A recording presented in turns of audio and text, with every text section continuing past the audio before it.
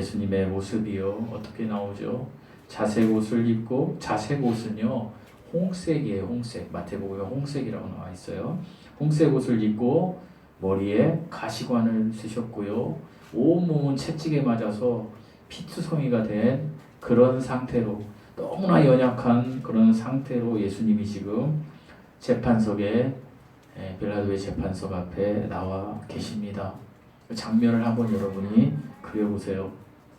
그런데 예수님의 머리에 가시관은요 특별히 한 가지 의미를 우리에게 주고 있습니다. 그것은 예수님 머리에 있는 가시관은요 저주를 상징합니다. 뭘 상징한다고요? 저주를 상징합니다. 이것은요 창세기 3장 17절에 보면 이런 말씀이 있습니다. 하나님께서, 여호와 하나님께서 아담에게 이르시되 내가 내 아내의 말을 듣고 내가 너더러 먹지 말라 한 나무 실과, 뭐죠? 선악과를 먹었은즉 땅은 너로 인하여 저주를 받고 너는 종신토록 수고하여야 그 소산을 먹으리라. 땅이 내게 가시덤불과 엉겅퀴를 낼 것이라. 여기에서 가시덤불과 엉겅퀴는요 저주를 상징하는 것입니다. 그러니까 여기 지금 가시나무요, 가시떨기는 저주를 상징하는 것인데, 대추 야자나무의 가시들, 대추 야자나무 가시들, 탱자 여러분 아시죠? 탱자 가시보다 더 센 가시들로 이렇게 엮은 그런 저주의 상징으로 표상된 가시관을 지금 예수님이 쓰신 거예요. 쉽게 말하면 그 가시관을 쓰면 어떻게 돼요? 상처가 나서 피가 저절로 흐를 수밖에 없는 그러한 면류관을 지금 쓰신 거예요. 패션 오브 크라이스트 보셨죠? 오래전에 그 영화가 굉장히 잔인하다고 그러는데 정말 잘 묘사한 거예요. 쓰자마자 예수님이 어떻게 얼굴에 뭐가 흐르죠? 피가 막 흘러져. 그런 가시관을 지금 쓰셨고요. 그리고 여기서 자색 옷이 나오는데 자색 옷은 죄를 상징하는 거예요. 뭘 상징한다고요? 죄를 상징하는 거예요. 이사야 1장 18절에서 이런 말씀이 나오세요.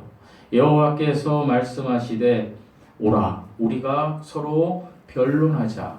너희 죄가 주홍 같을지라도 눈과 같이 희게 될 것이요. 여기 주홍이 홍색, 자색을 이야기하는 거예요. 진홍같이 붉을지라도 양털같이 되리라. 이 말씀을 통해서 우리는 이 자색 옷, 홍색 옷이 죄를 상징한다라고 볼 수 있어요. 그러니까 예수님께서는 지금 모든 인간의 죄와 그리고 모든 인간들이 받아야 될 저주를 짊어지시고 이제 죽음으로 가시는 거예요. 비단 이 광경이, 이 사건이 2000년 전에 있었던 사건이 아니라 하나님의 아들이 지금 오늘날 살고 있는 우리들의 죄와 우리들이 마땅히 받아야만 될 저주를 짊어지시고 죽어가시는 장면이라고 생각하시면 된다라는 거예요. 그리고 1절에서 한 가지 또 단어가 나와요. 우리 1절 읽어보시겠습니다. 시작. 뭐가 나와요? 채찍. 채찍이 나와요. 채찍은 고통과 고난이에요. 이건 역시 우리가 받아야 될 것들이었어요. 여러분, 모든 인류가요, 아담 이후의 인류가 선악과를 따먹음으로써 우리는 죽을 수밖에 없는 존재가 되었어요. 우리가 영원히 살 수 없는 존재가 된 거예요. 근데 이 죽음은요, 이 죽음의 열매는 죽음의 열매로 가기 전까지 우리들에게 수많은 것을 주는데 그것이 우리가 인생을 살면서 수고와 슬픔과 고난이에요. 그래서 성경은 너희 인생이 70이요 강건하면 80이라도 너희의 인생의 모든 것은 수고와 슬픔뿐이다. 고난, 고통, 가난, 질병 이런 모든 것들이 죽음으로 가는 길이라는 거예요. 여기에 자유로울 사람이 아무도 없다라는 거예요. 이것이 채찍으로 지금 나오는 거예요. 근데 우리 주님은 이 채찍, 이 고난, 인생의 고난, 죽음에 이를 수밖에 없는 모든 인생들에게 이제 우리 주님이 이 채찍을 받고 이제 조금 있으면 죽으시죠. 죽으셔서 우리와 똑같이 죽었네 이렇게 생각할 수 있는데, 그런데 이 주님이, 이 예수님이, 이 하나님의 아들이 죽은 지 사흘 만에 어떻게 되셨어요? 부활하십니다. 부활하시고 이제 승천하시죠. 그리고 다시 오신다라고 우리에게 약속하셨죠. 이것은 무엇을 얘기하냐? 우리 주님은, 우리 예수님은 영생하시는 분이라는 거예요. 영생의 주인공이시라는 거예요. 그래서 우리 주님이 지금 우리에게 주시고자 하는 게 뭐예요? 영생이에요. 그래서 요한복음은 계속해서 우리 예수님이, 세상 사람들은 눈이 멀어서 세상의 빵과 세상에 먹을 물, 세상의 것들을 요구하고 있지만, 우리 주님은 표적을 통해서 그들에게 그것도 공급하셨지만 늘상 이야기하시는 게 뭐라? 이 세상의 것은 일시적인 것이고 내가 너희에게 주려고 하는 것은 뭐다? 영원한 생명, 생명의 빵, 예수님 자신이다. 이런 이야기를 계속해서 우리에게 말씀하셨어요. 그러니까 이 채찍은 죽음으로 가는 우리 인생의 고난을 상징하는 거예요. 여러분 아프죠? 마음이 아플 때도 있고 육신이 아플 때도 있고. 여러분 그렇잖아요. 저도 그래요. 모든 인간이 그래요. 이 채찍 당연히 우리에게 임해질 채찍이었다라는 거예요. 특별히 이 장면을 이야기하고 있는 마태복음 27장 28절에서 30절을 보면요, 여기보다 더 세밀하게 묘사가 됐어요. 이 군인들이요, 예수님의 옷을 벗겨요. 여러분 옷은 우리는 어떻게 돼요? 이 옷을 벗고 또 저 같은 경우 넥타이를 벗고 또 와이셔츠를 벗고 그리고 또 무엇을 벗을까요? 모르죠? 네, 제 아내밖에 몰라요. 저 추워가지고 내복을 입었어요. 오늘 내복을 벗고 이렇게 되는 거예요. 그런데 예수님이 이 당시에 입고 있었던 옷은 통짜 옷이었어요. 어떤 옷? 그러니까 여러분 아시죠? 그냥 우리 예전에 뭐 담요 같은 걸 이렇게 둘러써가지고 이렇게 해서 이렇게 묶는 거, 그런 옷이었어요. 그러니까 뭐예요? 이 옷을, 자색 옷을 벗겨버리면 벌거벗은 몸이 돼버리는 거예요. 속옷, 그냥 속옷만 입은 벌거벗은 옷, 그렇게 수치를 준 거예요. 군인들이 예수님의 옷을 벗기고요, 가시관에 머리를 씌우고, 그 다음에 여기에 나오지 않는 장면이 하나 나오는데 뭐가 나오냐면 갈대를 예수님의 오른손에 들리게 해요. 그리고 예수님이 힘이 있었겠어요? 없었겠어요? 채찍에 맞아서 지금 막 제정신이 아니고 육신적으로는 곤고하셔서 거의 죽음에 이르르시던 예수님 앞에서 무릎을 꿇고, 그 장면 한번 그려보세요. 그 군인이 무릎을 꿇고 예수님 앞에서 희롱하는 거예요. 뭐라고? 야, 유대인의 왕이여 평안할지어다.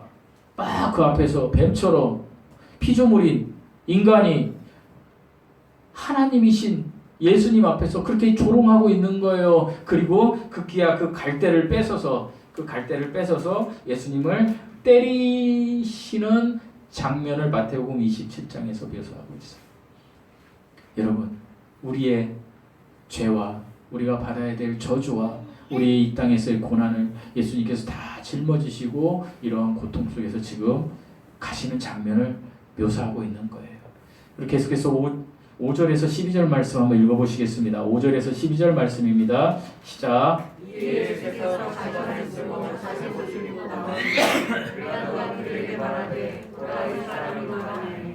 길에서는 그가 사람이 예수를 보고 부르짖어 이르되 십자가에 못 박으소서 십자가에 못 박으소서 하는지라.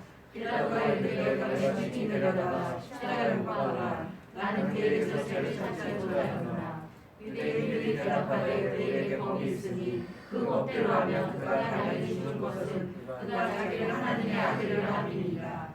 빌라도가 이 말을 듣고 더욱 두려워하여 다시 관전에 들어가서 예수께 말하되 너는 어디로 떠냐 하되 예수께서 내가 저희에게 아니하시니라. 빌라도가 이르되 내게 말하지 아니하느냐. 내가 너를 놓을 권한도 있고 십자가에 박힐 권한도 있는지 알지 못하느냐. 예수께서 대답하시되 주께서 주지 아니하셨더라면 나를 해할 만한 없으니 그러므로 나를 빌라도가 예수를 노려보고 싶었으나 유대인이 불리러 이르되 이 사람을 놓으면 가이사를 죽이지 아니하니라. 우리로 자기를 왕이라 하는 자는 가이사를 반역하는 것입니다. 여러분, 예수님이요 지금 자색 옷을 입고 피투성이가 돼서 채찍에 맞아서, 여러분 채찍이 패션 오브 크라이스트에 나왔지만 채찍 끝에 납이 달려 있어요. 동물 뼈나. 그러니까 채찍을 딱 맞으면 채찍이 살에 박혀서 살점을 떼어내는, 그러니까 온몸이 피로 물든 상황이에요. 지금 그런 상황에서 예수님이 이렇게 나오세요. 그러자 누가 대제사장들과 그들이 부리는 아랫사람들, 종들이겠죠. 그 종들이 뭐라고 하냐면 십자가에 못 박으소서라고 6절에서 이야기를 해요. 예수님을. 그 예수님이 저 자신들에게 무엇을 했다고? 아무 일도 안 했어요. 선한 일만 했던 그 예수님에게 십자가에 못 박으소서 해요. 그런데 다른 복음서에 보면 대제사장들과 아랫사람들 외에 군중들, 백성들이 같이 그렇게 이야기했다라고 마태, 마가, 누가복음에서 이야기해요. 그러니까 유대인들이 그렇게 이야기한 거예요. 하나님의 선택한 백성들이 지금 그 하나님의 아들을 죽이라라고 얘기를 하는 거예요. 그런데요, 아이러니하게도 유대인이 아닌 이방인 한 사람이 나오는데 그게 누구예요? 빌라도 총독이에요. 빌라도는요, 예수님을 구명해 주려고 노력했어요. 살려주려고. 그러니까 그 빌라도 입장에서는 이렇게 생각하는 거예요. 이게 종교적인 일이잖아요. 유대인의 종교적인 일인데 이 일을 가지고 이 예수를 내가 죽인다고 해서 또 뭐 살리고 죽이고 이렇게 하는 심판을 하는데 죽인다고 해서 자기에게 득될 게 별로 없다라고 생각을 했어요.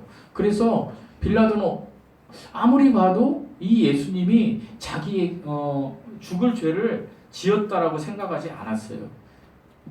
그런데 그렇게 생각하고 예수님을 구명하려고 했는데 7절에 유대인들이 이렇게 이야기하는 거예요. 놔주려고 하니까 빌라도가 6절 말미에 나는 그에게서 죄를 찾지 못하였노라 이렇게 하니까 7절에서 유대인들이 대답하되 우리에게 법이 있으니, 유대인들에겐 법이 있다는 거, 율법을 이야기하는 거예요. 그 법대로 하면 그가 당연히 죽을 것은 그가 자기를 하나님의 아들이라고 이야기한다. 그러니까 무슨 얘기예요? 신성 모독죄로 내가 이 사람은 신성 모독죄로 우리 율법에서는 죽이라고 했다. 사실 그 근거가 있어요. 레위기 말씀에 보면 레위기 24장 11절에 보면 이런 말씀이 있어요. 여호와의 이름을 모독하면 그를 반드시 죽일지니, 이 말을 근거하고 있는 거예요. 그런데 이 유대인들은 여전히 어때요? 이 예수님을 하나님의 아들로 인정하지 않는 거죠. 지금도 인정하지 않지만. 그러니까 하나님의 아들, 하나님이라고 했으니까 죽여달라는 거예요. 그때 빌라도에게 지금까지는 예수님을 구명하려고 했던 그런 종교적인 이 세상의 생각들로 예수님을 구명하려고 했던 빌라도의 마음에 두려움이 생겼어요. 어떤 두려움? 하나님의 아들이라는 이야기를 들으면서 두려움이 생긴 거예요. 어떤 두려움이냐면 이 사람이 정말 하나님이면 큰일 나는 거잖아요. 그리고 사실 요한복음에 기록되어 있지 않지만 마태복음 27장 19절에 보면 이 빌라도의 아내가 전날 꿈을 꿔요. 이날 꿈을 꿨는데 예수님으로 인해서 되게 고통받는 꿈을 꾸는 거예요. 마태복음 27장 19절에 꿈에 좋지 않은 일, 그게 뭐 상세하게 나와 있지는 않지만 뭔가 하나님께서 메시지를 주신 것 같아요. 성부 하나님께서. 그래서 자기 남편에게 이야기해요. 저 사람을 재판하는 일에 우리가 상관하지 않았으면 좋겠다, 여보. 그러니까 빌라도 입장에서는 두려운 거예요. 내 아내가 그렇게 이야기도 했고 또 이들이 하나님의 아들이라고 한다 그러니까 이 사람이 정말 하나님의 아들이면 내 큰일 나겠구나. 그래서 예수님을 다시 구명해 주려고 생각을 하는데 그 찰나에 이들이 뭐라고 이야기하냐면 이제 빌라도가 예수님에게 이야기하고 나서 이들이 유대인들이 뭐라고 이야기하냐면 12절에 이렇게 얘기하는 거예요. 빌라도가 예수님을 놓으려고 힘썼으나 이렇게 되어 있죠. 구명하려고 힘썼는데 유대인들이 소리 질러서 이르되 뭐라 그래요? 이 사람을 놓아주면 카이사의 충신이야. 카이사가 누구예요? 로마 황제예요. 아우구스투 투누스인가요? 그 로마 황제의 너는 신하가 아니다. 그러니까 뭐예요? 네가 예수를 안 죽이면 우리가 아우구스토 황제한테 가가지고 다 어떻게 고소할 수도 있잖아요. 아, 이 사람이 왕이라고 했는데 이 사람을 그냥 놔뒀습니다. 로마에는 그 당시에요, 십자가 처형을 하는 두 가지 죄가 있었는데 그건 무슨 죄냐면 자신을 왕이라고 하면 죽일 수 있었어요. 그러니까 황제 외에는 왕이 없는 거예요. 그 다음에 두 번째, 사형을 저지르면 죽일 수 있어요. 그러니까 지금 이스라엘 민족들이 그렇게 이야기하는 거예요. 유대인들이. 이 사람이 왕이라고 했으니까 죽여야 되는데 안 죽이면 뭐라고 해요? 나중에 야 빌라도 너는 황제의 신하가 아니다. 이 이야기를 듣는 순간 빌라도가 어떤 마음이 있었냐면 그 두려움, 하늘의 것에 대한 두려움보다는 세상 것에 대한 두려움이 확 와버린 거예요. 그래서 빌라도가 결국에 예수 그리스도를 십자가에 처형하도록 해버린 거예요. 여기서 우리가 깨달아야 될 게 있어요. 여러분, 우리가 예배드리고 하나님 말씀 듣고 성령 충만해졌을 때는 하나님을 경외해요. 하나님을 두려워해요. 그래서 나에게 어떤 일이 생기면 어떻게 해요? 우리가 기도의 자리로 나가요. 그런데 이 세상 것이 계속 접촉에 들어오고 이 유대인들이 이야기하는 것처럼 네가 예수를 죽이지 않으면 너는 카이사의 신하가 아니다. 이런 마음이 우리에게 들으면 세상 것들이 우리를 다스리는 마음이 들어와서 우리가 성령 충만했던 것들이 메말라지기 시작하면 나중에 어떻게 되냐면 우리는 문명을 의지하게 돼 있는 거예요. 여러분, 예전에는요 우리가 아프면 먼저 기도했어요. 급박하면. 지금은요 우리가 급박한 상황이 들으면 우리는 무엇부터 해요? 어디 종합병원에 명의가 누가 있는지부터 찾아요. 아산병원에 누가 잘한대, 서울대병원에 누가 잘한대, 삼성병원에 누가 잘한대, 이걸 먼저 찾는 세상이 되었어요. 그게 나쁘다는 것이 아니에요. 그럴 수밖에 없는 세상 구조에 살고 있는 거예요. 그러나 지금 이 시대에도 정말로 하나님 앞에 사로잡혀서 하나님을 경외하고 하나님의 살아계심을 느끼는 성도들은요 바로 그런 정말 간절하고 급박한 상황에 기도의 자리로 나가는 거예요. 그럴 때 기도의 자리에 나갈 때 하나님께서 삼성병원 의사도 붙여주시고 아니면 아산병원 의사도 붙여주시고 이걸 우리가 정확히 깨달아야 되는 거예요. 그러나 빌라도는 문명에 의지했어요. 여러분, 문명이 우리의 삶을 연장해 줄 수는 있어요. 그러나 우리의 삶을 영원히 지속해 줄 수는 없어요. 암을 고쳤다라는 사람들이 있어요. 그러나 그 사람이 영원히 살지는 않아요. 우리 성경에 제가 아까 얘기한 대로 시편 말씀에 우리 인생이 70이요 강건하면 80이라도 아유 목사님 무슨 소리예요? 지금 100세 시대예요. 그렇죠. 문명이 발달돼서 우리를 계속해서 늘려줄 수는 있어요. 약으로. 그러나 언젠가 우리는 일시적인 삶이 그저 10년, 20년 있으면 끝나게 된다라는 거예요. 80으로 기준 잡았을 때. 그렇기 때문에 지금 우리가 사는 이 세상은요 정말 어떻게 보면 우리한테는 안 좋은 세상이에요. 우리가 예전에 초가집에서 추울 때 정말 먹을 게 없을 때 오직 의지할 뿐은 교회 종소리 땡땡땡 들릴 때 하나님 앞에 기도해야지. 그때가 더 하나님을 정말로 신실하게 섬겼던 믿음의 백성들이 많았을 때고, 지금 이 시대의 우리들은요 이 문명이라는 사단이 준 또 하나의 그 어떤 것 때문에, 그 편안함 때문에 하나님을 찾지를 않는 시대를 살고 있다라는 거예요. 이와 같이 이 세상의 것을 무서워했던 빌라도는요 예수님을 십자가에 처형하고 6년 후에 로마의 3대 황제 칼리큘라 때에 그가 어떤 생각을 가졌는지 몰라요. 하지만 어떤 유대사에는 그가 예수님을 믿었다 이런 이야기가 있는데, 제가 찾아보니까 칼리큘라 황제 때요, 그러니까 예수님 죽이고 6년 후에 영원히 살 것 같이 세상 권세를 무서워했던 빌라도가 6년 후에 자살로 생을 바쳐요. 6년 후에.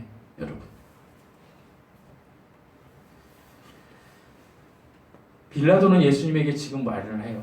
내가 너를 죽일 권세도 있고 너를 살릴 권세도 있어. 하나님 앞에. 내가 그런 권세를 가진, 내가 정말 힘을 가진 사람이야. 하지만 그가 6년 후에 어떻게 자살로 죽었다라는 거예요.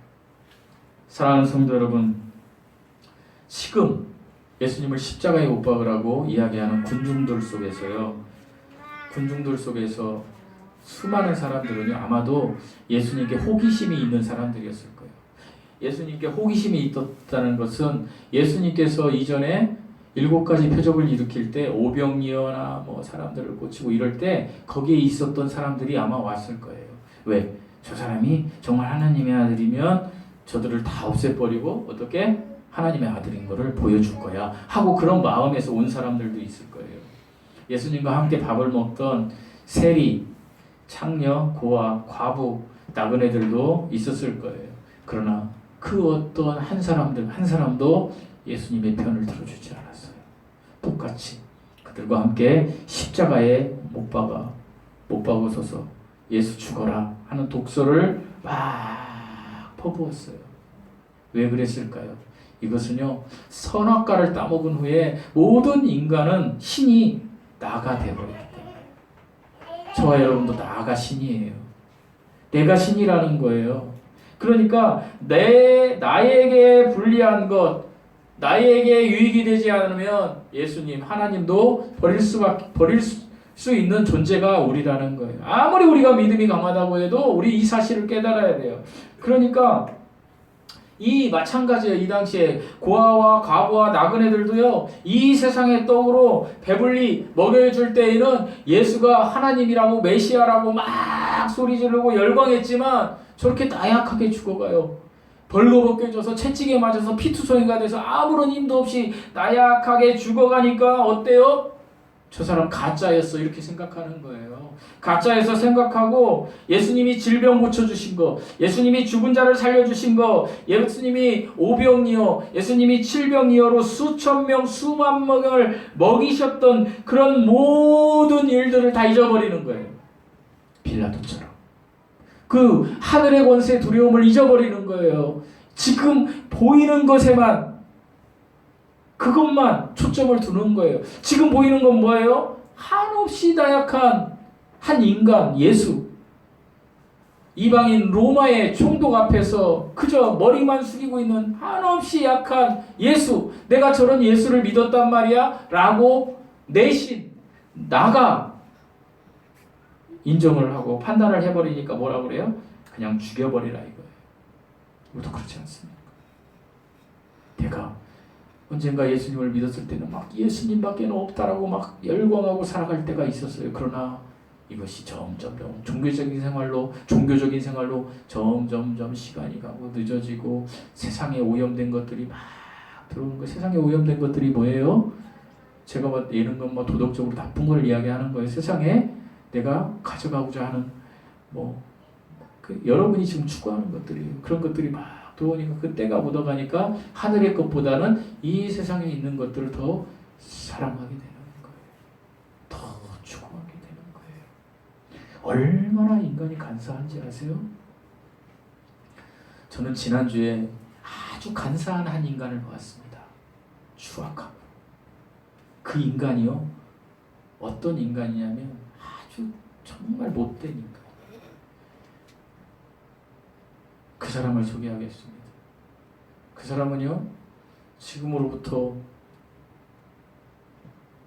16년 전에 정말 하나님의 종으로 하나님께 막 내가 하나님의 길을 가겠다고, 좁은 길을 갔다, 세상 권세, 세상 모든 것 다 포기하겠다라고 다짐을 했어요. 그리고 선언했어요. 직장에서. 선언하기가 쉽지 않잖아요, 여러분.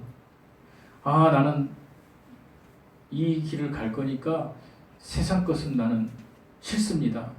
그래서 그렇게 할수록 세상에 있는 것들이 그 사람을 막 유혹했어요. 하기 싫은데 팀장도 하세요.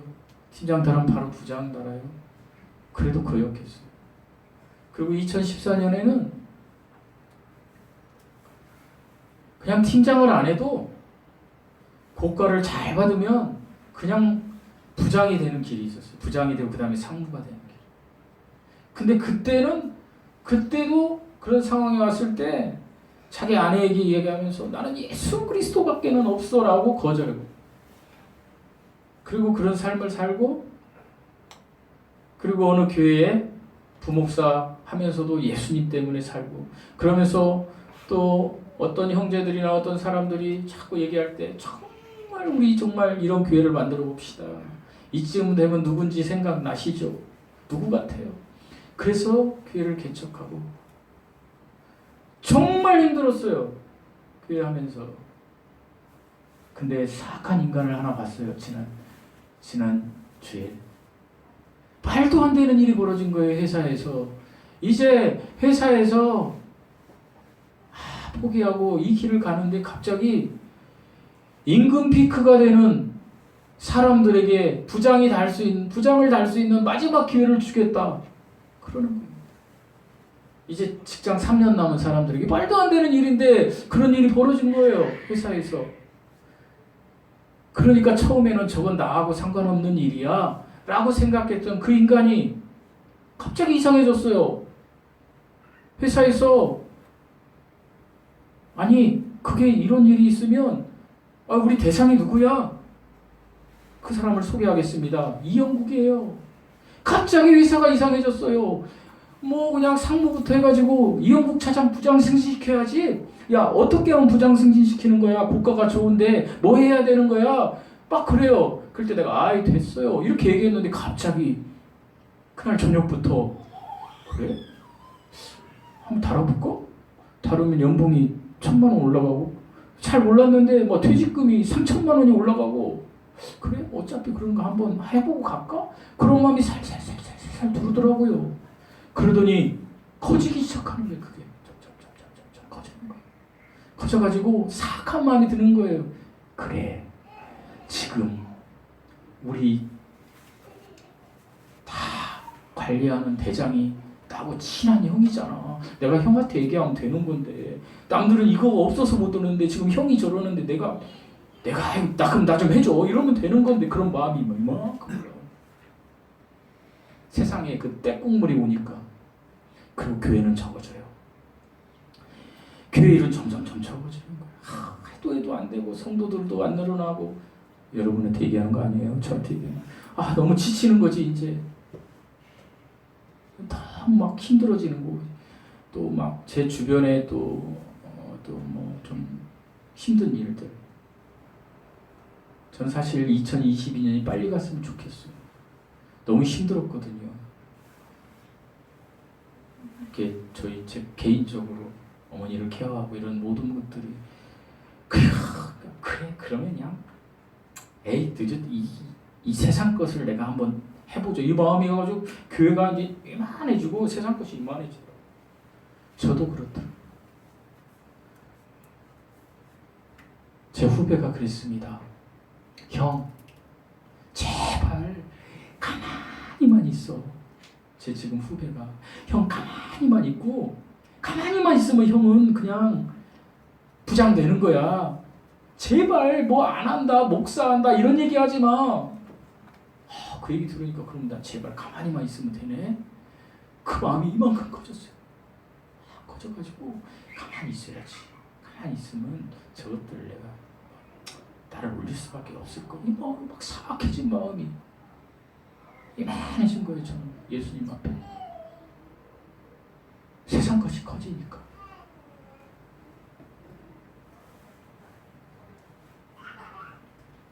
이건 아니지.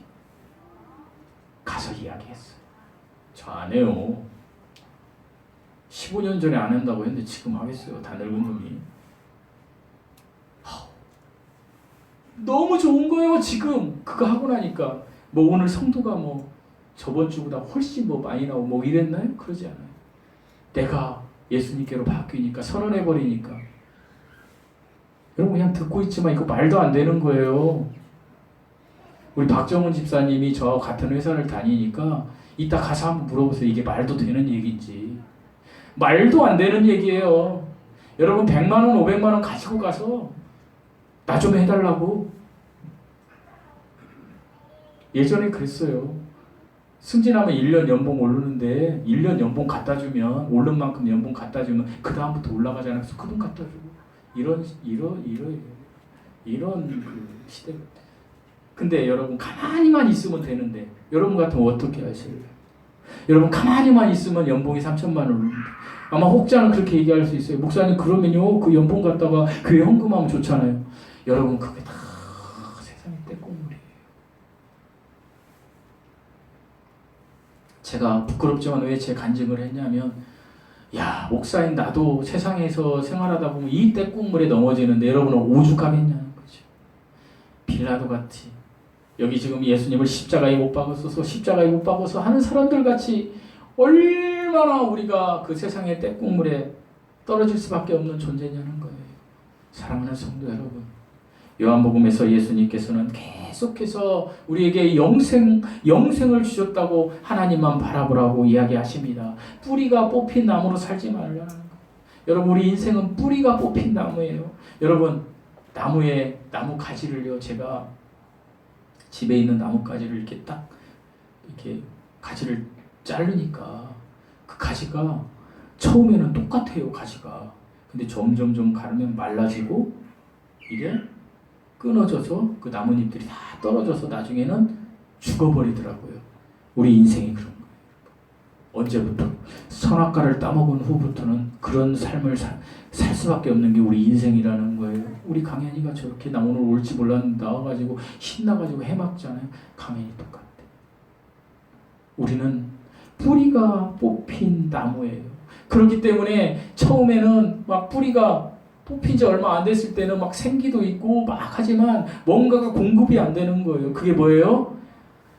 하나님이 공급이 안 되니까 이거는 일시적인 게 되는 거예요. 그러니까 뭐가 와요? 조금 있으니까 이제 질병이 오는 거예요. 고통이 오는 거예요. 그랬을 때 그 뿌리 뽑힌 나무는요, 그 안에서 뭔가 해보려고 막 노력하는 거예요. 질병이 오고 점점 늙어가니까 이 고통으로부터 벗어나려고 뭔가 해보려고 노력해서 만들어진 게 뭐예요? 아까 제가 얘기한 우리가 누리는 이 문명이에요, 여러분. 하나님이 보시기엔 한심한 거지만 인간이 보기엔 대단한 거예요. 그죠? 암이 왔어. 뭘로 치료해? 연명해. 이런 문명이 발달돼서 저와 여러분이 그 시대를 살고 있어요. 하지만 2000년 전에 살았던 사람이나 지금 저와 여러분이나 똑같이 뿌리 뽑힌 나무로 일시적인 삶을 살 수밖에 없고 이 모든 삶은 일시적이며 수고와 슬픔과 가난과 고통과 질병으로 결국에 죽음이란 곳에 이르를 수밖에 없는 존재라는 거예요. 이 세상 것을 아무리 추구해본들 하지만 이 모든 것들을 해결하고자 우리 주 예수 그리스도께서 죽으시고 부활하셨어요. 여러분이 예수님 붙잡으세요. 예수님 붙잡을 때 처음에는 손해보는 것 같죠. 하지만 반드시 손해보지 않아요. 여러분 예수님을 붙잡으세요. 여러분 세상으로 갈 수밖에 없는 그런 시대를 우리가 지금 살아가고 있어요. 하지만 그럴 때일수록 더 예수님께 매달려 있어요. 더 기도하시고. 제가 지난주에도 말씀드렸죠. 여러분 호흡하실 때에 하나님을 부르주세요. 어떤 식으로든 우리 성경의 하나님 아니면 야훼 아니면 예수님 어떤 식으로든 예수님을 부르짖으시면서 계속해서 호흡하시고 하나님의 말씀을 계속해서 사모하시고 묵상하시고 기도하시고 하나님께 모든 것을 맡기시면서 삶을 살아보세요.